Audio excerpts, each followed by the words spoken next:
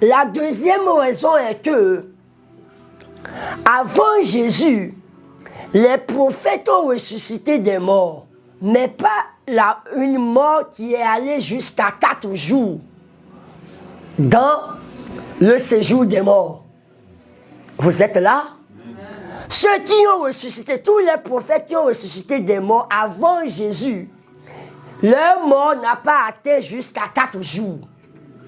Donc, le peuple d'Israël est habitué à voir des morts ressuscités, mais pas celui qui a déjà passé 4 jours. Oh, vous êtes là? Amen.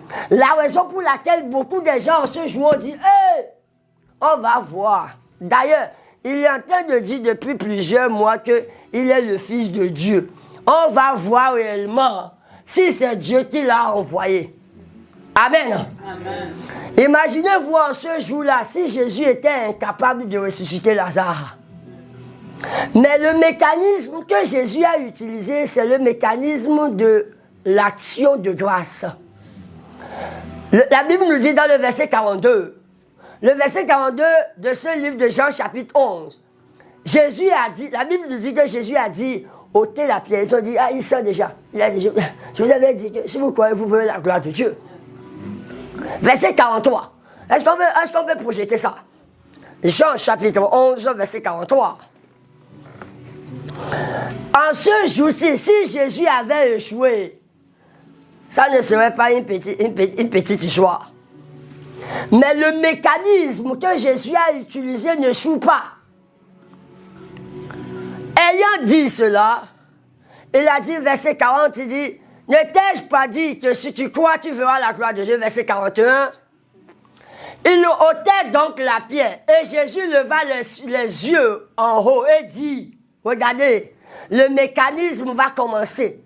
Jésus leva les yeux en haut et dit, Père, je te rends grâce de ce que tu m'as exaucé. Le monsieur a commencé la louange à Dieu. La louange pas pour ce que Dieu va faire. La louange pour ce que Dieu a déjà fait. Hein? Et quand tu amènes ce mécanisme dans ton histoire, ce qui est mort redevient ce qui est vivant. La mort reprend la vie.